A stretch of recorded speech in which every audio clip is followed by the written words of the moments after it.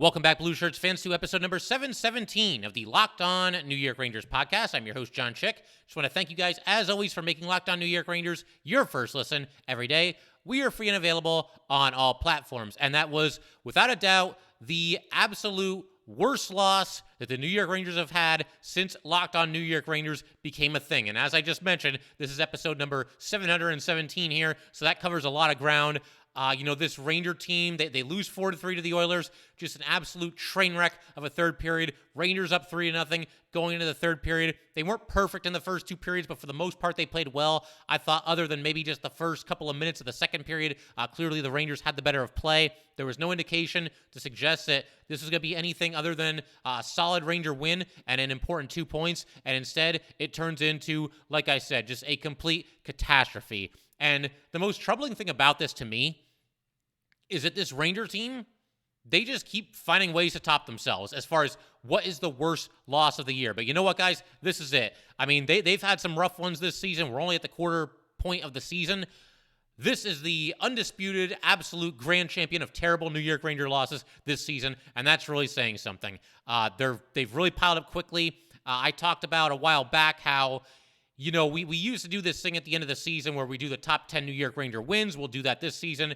And we also did the top 5 worst Ranger losses. And, I mean, the contenders for worst loss, it's an absolute battle royale. But this was the absolute worst. I got to give some honorable mentions. You had that third period abomination against the Sharks earlier this season. Rangers were up 2-1 going into that third period. Just forgot how to play hockey for 20 minutes, end up losing that one in overtime. And honestly, the Rangers have not been right since they lost that game to the Sharks. And maybe even if they won that game, they'd still be in the same place that they are now. But it felt like something just kind of, I don't know, like a light switch was flipped, and not in a good way after that loss to the Sharks. It's just kind of been a tone setter for everything that's basically happened since then. You had a 3-1 lead at home against the Islanders going into the third period. The Rangers blew that game. Just an embarrassing loss there, 4-3. Just a horrendous 5-1 loss to the Blue Jackets. That's in contention. All these games at home, by the way. 2-goal lead at home against Detroit in the second period. You end up losing that game in overtime. Like, what the hell is going on with this team? This is just so far removed from everything that we saw from New York Ranger hockey last season. And honestly, I'm getting tired of comparing this team to last season, but it's somewhat unavoidable because it's just night and day. It's a stark contrast. And, again, the amount of contenders for worst loss of the season is just staggering. And something that I said a little bit earlier in the season, the Rangers had a rough loss or two and just didn't really look like themselves, and you're thinking it's just a funk, they'll get out of it.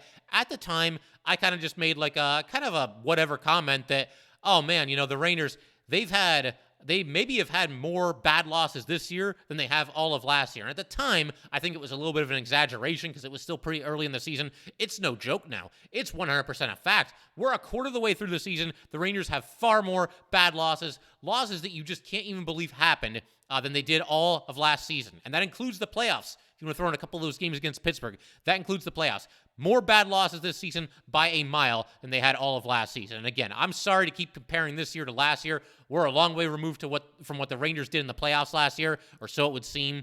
But I feel like some of these comparisons are just unavoidable because it is startling to see the difference between last year and this year. And the thing that really sucks there's about a million things that suck about this, but the thing that really sucks about this is, I was excited. The Rangers are playing well, like I said, for the first two periods. I was going to come on here, talk about how, the Rangers had a great start to this game, scored a couple of goals early, could have scored even more early. The Panarin goal was rightfully waved off due to the offside.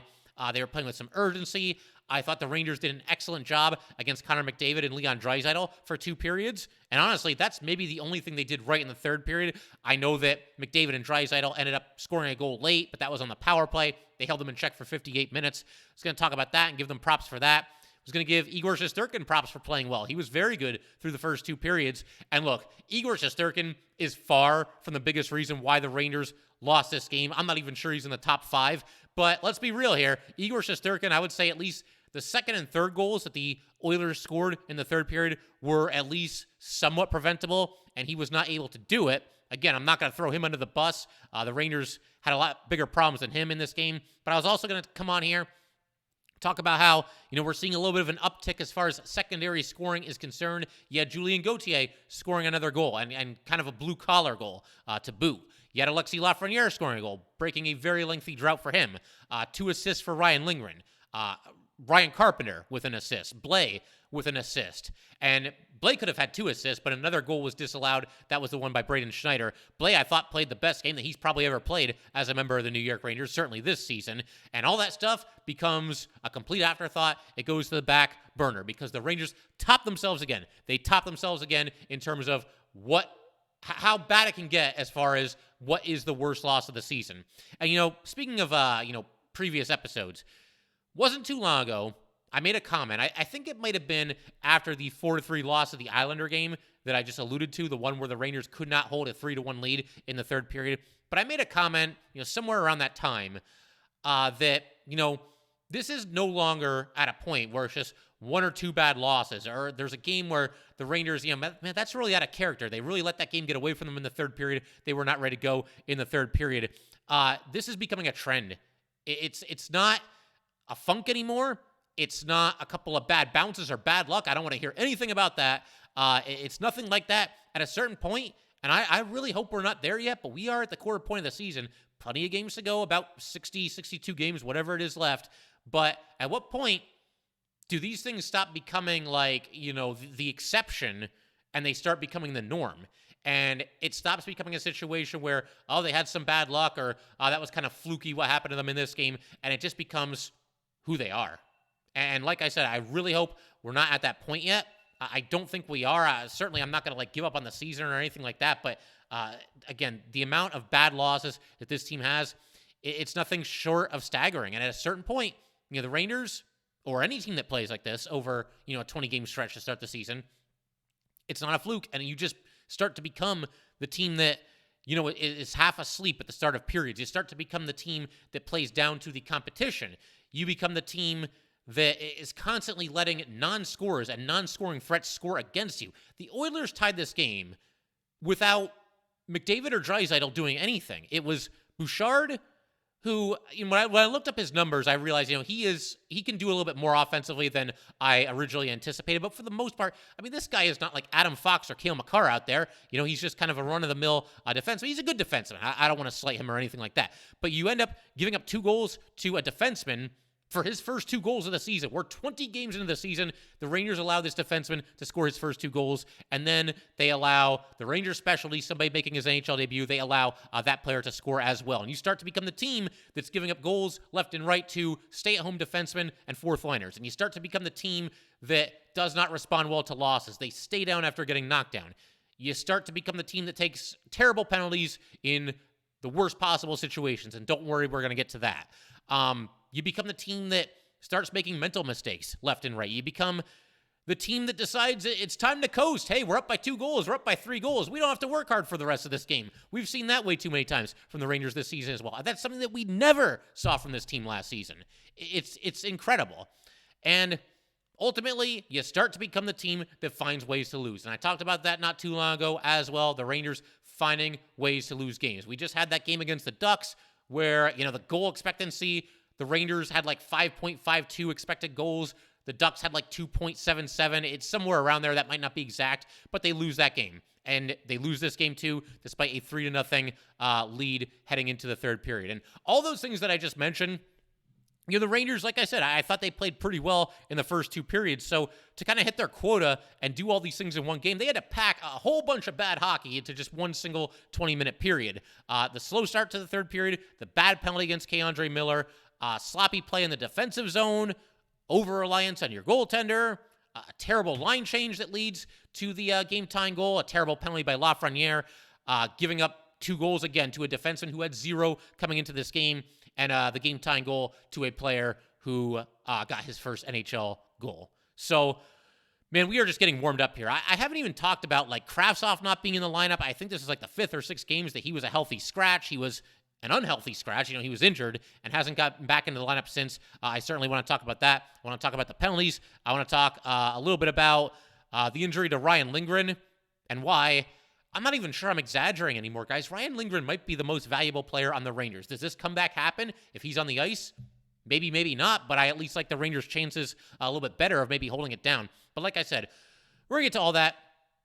in just a second. But first, gotta let everybody know, today's episode of Locked On New York Rangers is brought to you by SimpliSafe. Did you know that over the holidays, property crimes like burglaries and package thefts spiked nationally? That's why our friends at SimpliSafe Home Security are offering 50% off their award-winning security system, so that more families can feel safe and secure this holiday season. Order your SimpliSafe system for half off today and enjoy advanced security and greater peace of mind this holiday season. In an emergency, 24/7 professional monitoring agents use Fast Protect technology exclusively from SimpliSafe to capture critical evidence and verify that the threat is real so you can get priority police response. 24/7 professional monitoring service costs less than $1 a day, less than half the price of ADT's traditional professionally installed system. With the top-rated SimpliSafe app, stay in complete control of your system anytime, anywhere, arm or disarm. Unlock for a guest, access your cameras, or adjust system settings. Don't miss your chance to save big on the only security system I recommend. Get 50% off any new SimpliSafe system at simplisafe.com/lockedonnhl. This is their biggest discount of the year, so do not wait. That is simplisafe.com/lockedonnhl. There is no safe like SimpliSafe. All right, we just want to thank you guys, as always, for making Locked On New York Rangers your first listen every day. We are free and available on all platforms, and we're going to keep everything rolling here. Again, something that was kind of a big talking point coming into this game, I think a lot of us, it kind of slips your mind, because I can't be the only Ranger fan that when that game ended, I was mad, but I wanted to be more surprised than I was because, again, if this happened last season, I'm shocked that the Rangers lose a game like this, and I don't care who they're playing. Oilers, Devils, Sharks, I don't care who they're playing. If the Rangers lost to anybody like this, taking a 3-goal lead in the third period, I would be in absolute shock that they did so. But, that's kind of where we're at, and I'm just sitting there on the couch, and I want to be more surprised by this third period collapse than I am. But it's not as shocking as it should be. But the one thing that I'm talking about here, again, it was big at the start of the game and a big talking point, on social media and everything, and among, everybody that covers the Rangers. Vitaly Kravtsov, once again, not in the lineup. Again, I don't have this written down in my notes. I believe it's either his 5th or 6th game as a healthy scratch since returning from an injury. Look, I'm not the biggest Kravtsov fan. I don't like how he conducted himself when he bailed on the Hartford Wolfpack twice. But this kid is a former top 10 pick. Sooner or later, you got to find out what you have. You got to see if this guy can, show you some signs that he's going to become a productive NHL player. And even if you don't think that he's going to be a long-term New York Ranger, then you at least have to put him on the ice so that you know for sure and so that he can potentially establish at least a little bit of trade value because, I do think the end game here, Vitaly Kravtsov is not going to be a Ranger for life, okay? I think I can pretty safely say that at this point. Vitaly Kravtsov, 15 years from now, is not going to be a member of the New York Rangers. But even with that being the case, you have to let him play to establish at least a little bit of trade value. Even if he doesn't produce, at least he's playing. Because if you're Chris Drury and you try to trade Vitaly Kravtsov right now, and you talk to, one of these teams that's looking for a buy low opportunity, maybe not really contending this season, how are you going to even have the slightest amount of leverage? You can talk about how he was the number 9 overall pick until the cows come home, but that doesn't really matter when he's a healthy scratch night in and night out in favor of guys like Ryan Carpenter or, Sammy Blais or Jimmy Vesey. Vesey's played decently well for the Rangers, but again, he was in here on a PTO, and at this point, just a journeyman player. Julien Gauthier, same deal. He's played decently well for the Rangers, but this is somebody you place on waivers, and now Kravtsov can't even get in the lineup over him. Even guys like Ryan Reeves and Dryden Hunt maybe would have been options to be in there instead of Kravtsov if they were still here. So you get the idea. It's just getting to the point where I think it's a little bit ludicrous that Kravtsov is not playing. And look, have I been thrilled with what Kravtsov has done on the ice this season? No, I haven't. Have I been thrilled with what he's done away from the ice in previous seasons? Basically just bailing on the entire New York Ranger franchise? No, but it makes no sense to not get him into the lineup, even if the end game here is a trade of Kravtsov, because right now you've got no leg to stand on if you're Chris Drury. You try to trade him. If I'm the other GM, I'm saying, okay, well, this kid's so great. Why can't he get into a game over somebody like Ryan Carpenter? It just, I don't know what is going to end up happening here, but clearly Kravtsov doesn't seem to be in the Rangers' plan short-term or long-term, and if they try to trade him right now, good luck getting a whole lot of anything. I mean, they'll get something. You could probably get like a fourth-rounder. I mean, Reeves just went for a fifth-rounder, so you can probably get at least a fourth-rounder, maybe a third-rounder for Kravtsov, but I think his trade value can go back up, even if it's just a case of him playing and not being a healthy scratch every single game. But I've said my piece on that. Want to turn our attention right back to the game here and talk a little bit about this just wonderful third period that the Rangers played in this game. So, I mean, the penalties. We can start with the penalties. You've got Keandre Miller, just 2.5 minutes into the third period, he hooks Warren Foegele behind the Ranger net. That noted offensive juggernaut, Warren Foegele. I mean, he's, this guy comes into this game here with 5 points in 20 games. He's practically Connor McDavid. I mean, I can't even blame somebody for taking a penalty to try to slow down the immortal Warren Foegele. But that's what Miller does. He goes to the penalty box. And, of course, the Oilers technically did not score on the power play, but they scored right after it expired. There was no time for Miller to jump back into the play or anything like that. So, yeah, technically not a power play goal, but for all intents and purposes, it pretty much was a power play goal. And then Alexis Lafreniere, he scores in this game, and, you hope that it leads to a big game for the kid line. And I thought the kid line played better than anybody else in the third period. And again, that is setting the bar very, very low. But I thought they at least had their legs and looked like they were still out there competing. But Alexis Lafreniere, despite having a good start to the third period with the kid line, despite scoring a tap-in goal earlier in the game set up by Adam Fox and also set up by Lafreniere himself because he won a board battle to get the puck loose, but he takes just a god-awful penalty here in the offensive zone. You're down to about 2:20 left in the game, and he's involved in a board battle in the corner there, and he pulls the helmet off of his opponent pretty blatantly, and that results in a penalty on Lafreniere. And if you didn't have just a sinking feeling in the pit of your stomach and you didn't feel like the game-winning goal was coming for the Edmonton Oilers after this penalty was taken, then you have not watched much Ranger hockey this season, because the second this happened, very ominous feel in the air. I mean, this third period was so bad, and I can't even believe I'm saying this, but by the time that the Oilers came back and tied the game at 3-3, and it really didn't take them that long. It took them less than half of the third period to get this game tied. But, the clock continues to tick away, and it's still tied. It's still tied. We're down to 7 minutes. We're down to 5 minutes. We're down to 3 minutes. There's part of me that's honestly thinking, like, man, I just hope this game goes into overtime, because at least at that point, you've got a point, which, again, it's just so ridiculous that you're up by 3 goals going into the third, and the fact that the game goes into overtime and, oh, hey, we got a point, that would be good news. But by the time it went 3-3, that's how I was feeling about it. And, of course, 3-on-3, overtime hockey, it's anybody's game. It's kind of a crapshoot, and maybe the Rangers can find a way to pull this out and prevent what would be and what ultimately became the worst loss of the season for this team. But I mean, the goals they gave up, just sloppy play and not taking care of the puck, and too many guys reaching for the puck instead of taking the body. You had the game-tying goal. My God, the game-tying goal. So Trouba's got the puck in the Rangers zone, and the Rangers are going for a line change. And I think Trouba was a little bit hesitant here because, there's obviously a lot of bodies jumping off the ice, jumping on the ice, and who's in the play and who's leaving the play. And you don't want to take a too many men penalty. But he played it kind of softly into the neutral zone and almost ended up being a too many men penalty against the Rangers.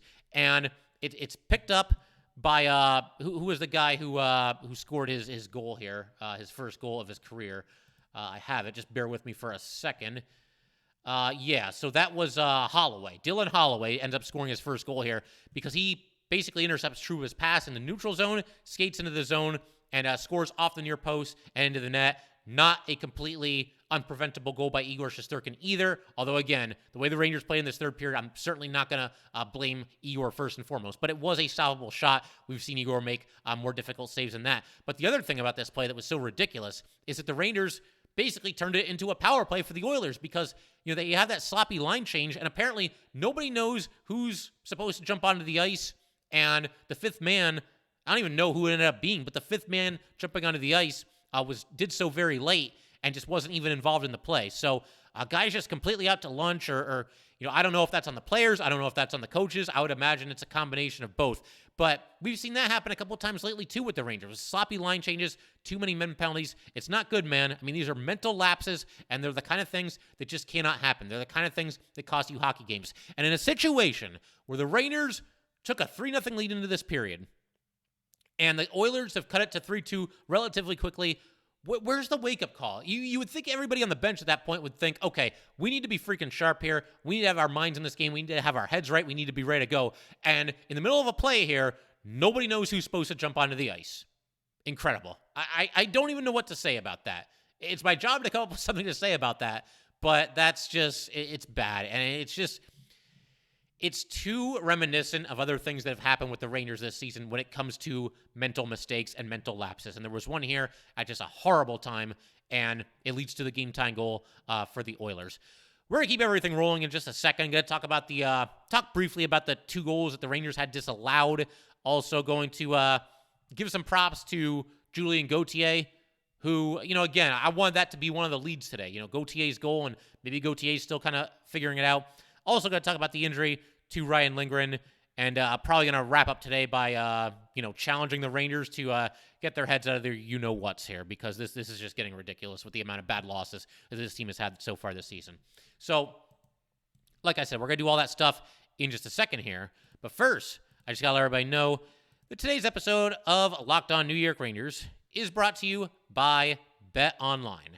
BetOnline.net is your number one source for sports betting info, stats, news, and analysis. Get the latest odds and trends for every professional and amateur league. From football to basketball to hockey to soccer and esports, we've got it all at BetOnline.net.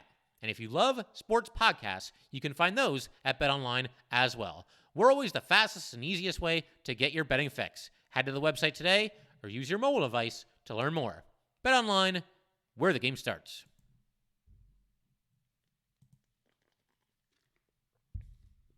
All right, so we're continuing trying to make some sense out of this game here, and one of the things that I want to mention here were the 2 disallowed goals, and let me just preface this entire section by saying I am not using this as an excuse for the Rangers. I'm just pointing out the fact that they turned out to be pretty big plays in this game, because when you look at the 2 goals that were disallowed, if both of those stood, it would have been 5-0 Rangers. And I mean, hopefully they would have been able to hang on to that lead, but I mean, who knows? The Oilers had obviously already scored 4 goals in the third period. They had enough time to score a 5th, so maybe the Rangers wouldn't have held on to that lead. But they had the 2 goals disallowed, and there was another one where it was ruled no goal on the ice, and it stayed as no goal after the refs took a look at it. But you know what? I can't even get that upset about this. I mean, it's bad luck, obviously, but at the same time, it's not, because the referees, by the letter of the law, got all 3 of these calls right. The first one would have made it 2-0. Goal by Panarin would have snapped his scoring drought. But that obviously didn't happen because Panarin, he never took the puck over the blue line all the way, and so the play was offside because of that. He was kind of stick handling at the blue line. The puck never completely crossed the blue line into the attacking zone. It stayed on the blue line, and then it never went back into the neutral zone either. But because it never went into the attacking zone, the Rangers technically never gained the zone. So by the time Panarin finally brought the puck across the line, there was a guy up the right side that was offside by about 5 feet or possibly even more. So unfortunate there. The second goal, or the second, review or whatever you want to call it. So Panarin tried to score on the short side, and a nice sliding save by Campbell there kept the puck out. They took a look at it, but clearly that puck never went in. And then you had a goal by Braden Schneider. They called Carpenter for goalie interference, and by the letter of the law, it's the right call. And I hate, interference calls like this. I feel like at this point, you're not even allowed to breathe on the goalie. If you breathe on the goalie, they're going to get you for goalie interference. Carpenter's skate made contact with Campbell's skate, but if you watch the replay, Campbell's right leg was going out. Carpenter's left leg was going out just a little bit, but it almost looked like Campbell was the one that initiated the contact there more so than Carpenter. But by the letter of the law, this technically is goalie interference, I believe. Again, good luck trying to figure out all these rules to a T. But yeah, so that was disallowed.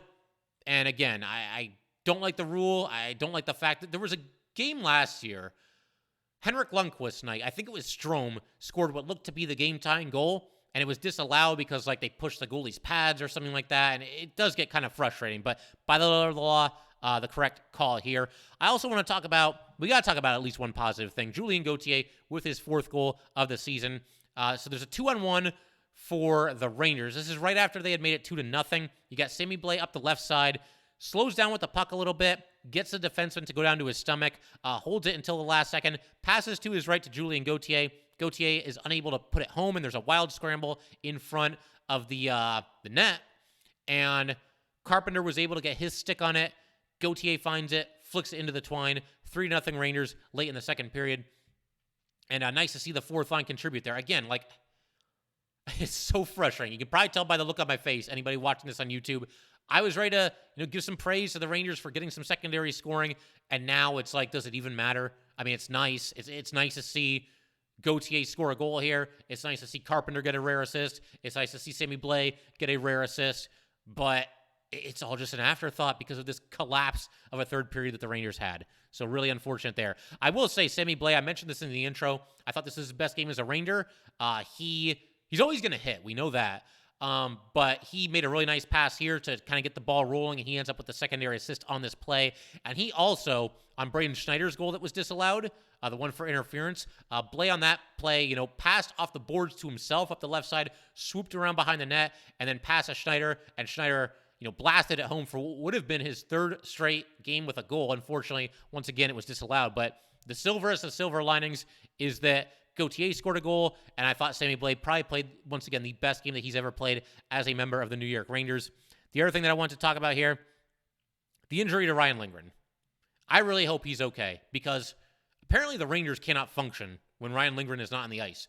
Again, I've used this as an example before, but the game against the Penguins last year, the 2 games against the Penguins in the playoffs last year in Pittsburgh, they were clueless, could not do anything. Ryan Lindgren is the heart and soul of this team. And, of course, he leaves this game with an injury. And, I mean, the Rangers had already kind of started their collapse, but the dam had really broke after Lindgren had to leave this game. So, I mean, I'm at the point, I'm not even kidding. Like, every time this guy is out of the lineup, the team completely falls apart. Tell me Ryan Lindgren is not the most valuable player on this Ranger team right now. The case can definitely be made.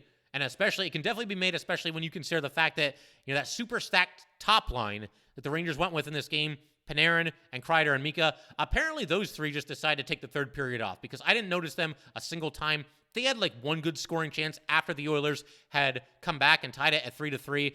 But I'm getting tired of, again, just these meltdowns, these lapses, whatever you want to call it. Something else I got to mention here while I'm on the subject. The Ranger power play coming into this game was down to being ranked just 15th in the league, and that to me is just completely unacceptable. When you see all the weapons that this team has on the power play, you see, you got Mika Zibanejad out there for one-timers, you got Panarin, we know he's a magician with the puck when he's right. Kreider's your net front presence. Trocheck's done a nice job as the bumper. Adam Fox, quarterbacking the power play. How this team is only a league-wide average on the power play, especially when you consider that all those guys are out there for the entire power play, is completely beyond me. They're on a heck of a slump right now. They went over 3 on the power play here today. You know what? If you're Gerard Gallant, you want to send a little bit of a message to this team, once again, to pick it up and get going. I want to see, we're not going to see this. We're not going to see this. But what I want to see in the next game is I want to see the first power play chance that the Rangers get. I want to see the second unit out there. And I want to see them get about 1:30 on the power play. We can't do that once. We can't do that once the entire season. I mean, think about it. Between this year and last year, of course, the Rangers had an excellent power play. And this year, I got to believe it'll eventually round into form. But we can't do that a single time. We can't let the second power play unit start a single man advantage the entire season. I don't think it's happened once this year. It probably happened at least once at some point last season. Maybe there was a situation where, Panarin and Kreider were out there and Mika was out there and they were all gassed and they went with the second power play unit. But no, I want that to be the plan going into the game. The first power play that the Rangers get in their next game, give me the kid line. Give me, I'd like to see Keandre Miller as a defenseman out there, but they seem to want to go with Trouba. So fine, go with Trouba. And as far as the fourth forward, they tend to go with Sammy Blais. It's fine. You know what, Blais, like I just said, he had his best game as a Ranger in this game. So that's what I want to see in this next game. Send a message to these guys that they need to pick it up at 5v5 on the power play. when the Rangers have a lead in the third period, because something has to change here. Something has to give. You need to send a message. And it doesn't have to be like that the whole game. I'm not saying, don't allow Kreider or Mika or Panarin or any of the guys on the top unit to play on the power play the entire game. But I want a message sent to this game from the coaching staff to these players. And like I said, I thought the kid line played pretty well. I mean, at least relatively speaking. Lafreniere had the goal, and, Kakko, he's good with the possession of the puck and whatnot. I mean, I'm getting tired of saying all that too, because I want to see these guys start putting the puck in the net. But in the third period, again, the only line that was competing for the Rangers at the start of that third period was the kid line. So you know what? Reward them, give them the first crack on the power play in the next game, and do for them what you constantly do for that top unit. Give them a full minute 30 or even longer on the first power play of the game for the Rangers. Maybe they score. Maybe that sparks the team a little bit. Maybe the top unit gets the message. And here's something else that I haven't really seen discussed or talked about that much. When it comes to the lack of power play time for the second unit, that second unit is made up, once again, of the kid line, Trouba, and Blais. And the kid line, the three kids, they're the ones that you really want to get going. Well, maybe if they get a little bit of a chance on the power play, and by the way, there's no better time to try this than now when the top unit is really, really shaky and just isn't making anything happen. If they get an opportunity and they score a goal, you know what? Maybe that carries over to 5v5 play. Maybe, okay, we got a goal. We're feeling good about ourselves. Let's go get another one, even strength. Is it not worth a shot at this point? The Rangers haven't scored a power play goal in any of their most recent 4 games. And again, if you just go by percentage success on the power play, the Rangers now have a league-wide power play. So what the hell? Just give the kids a chance. I mean, you're going 0 for every game anyway, and a message needs to be sent to the veterans, to the leaders on this team, to the Panarins, to the Kreiders, to the Mikas. It has to happen, and I still like these guys. I had to be harsh here today because this is a horrible loss. But, I do still believe that eventually they will turn it around. They will get it going. But I am ready for a message to be sent to this team, and a very, very easy way to do it. Once again, when the next game starts, first power play that the Rangers get, the second unit is out there, and they are out there for almost the entire power play, just like the first unit typically is. And let's see if that can get a goal, get the Rangers rolling a little bit, sparks the kids for 5v5 play, whatever it might be. But yeah, just I don't even know what else to say, guys. Just an awful loss for the Rangers, just completely giving it away in the third period. One final thought here. Burn the retro jerseys. I am so tired of hearing about the Lady Liberty jerseys, and they're so cool, and they're this and that. You know what? When the Rangers wore those Lady Liberty jerseys, that was not a good era of Ranger hockey. It wasn't. In 1997, they had that run to the Eastern Conference Final. That was the first year where they would mix in the Lady Liberty jerseys from time to time. After that, it was just awful hockey for the Rangers. And if you're too young to remember that, congratulations, because you didn't miss anything. If you watch this Ranger team between 1998 and 2004, 2005, somewhere around there. And the retro jerseys, that's when the Rangers would wear them, and it never really seemed to work very well. And just an awful loss wearing the retro jerseys today. And another thought on the retros, it's not even the same jersey. Like they're colored a little bit differently this time around. If you're going to do retro jerseys, then do retro jerseys. Don't put a little modern spin on it, because then guess what? It's not a retro jersey. I don't know. I'm ready to rant about anything right now after that loss. I'm all fired up here. But yeah, I figure we can call it there for today, guys. This was your round of New York Ranger therapy with Locked On New York Rangers. But once again, if you guys would like to get in touch with this podcast, please send an email to lockedonnyrangers@gmail.com. Once again, that is lockedonnyrangers@gmail.com. And definitely give us a follow on Twitter as well, @LO_NY_Rangers. Once again, that is @LO_NY_Rangers. And definitely give us a subscription on YouTube as well. Thanks again, guys. I'll see you next time. Thanks for making Locked On New York Rangers your first listen every day. For your next listen, check out the Locked On Sports Today podcast, the biggest stories of the day, plus instant reactions, big game recaps, and the take of the day. Available on the Odyssey app, YouTube, and wherever you get your podcasts.